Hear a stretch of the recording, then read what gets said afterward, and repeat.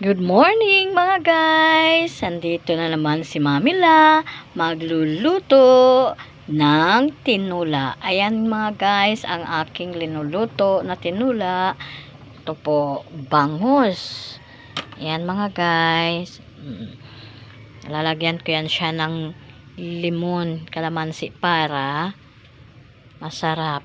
Ito ako kukuha ng mga limon. Ayan mga guys. Tapos, ito yung gulay na ilalagay ko. Ayan. Pichay at saka repolyo. Para masarap. Para masustansya. Ayan mga guys. Ngayon, kay kumukulo na, ilalagay ko na ang mga bangus. Ayan.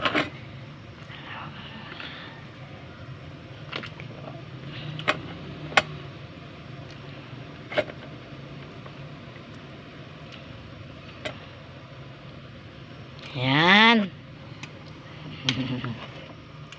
Mga guys. Tapos, lalagyan ko naman siya ng asin.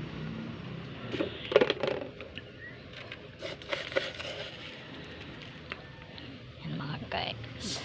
Ayan.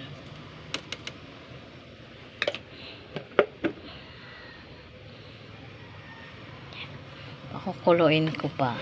Pag kumulo na ulit, lalagay ko na yung mga gulay. Tapos, lalagyan ko siya ng kalamansi para masarap. Okay mga guys.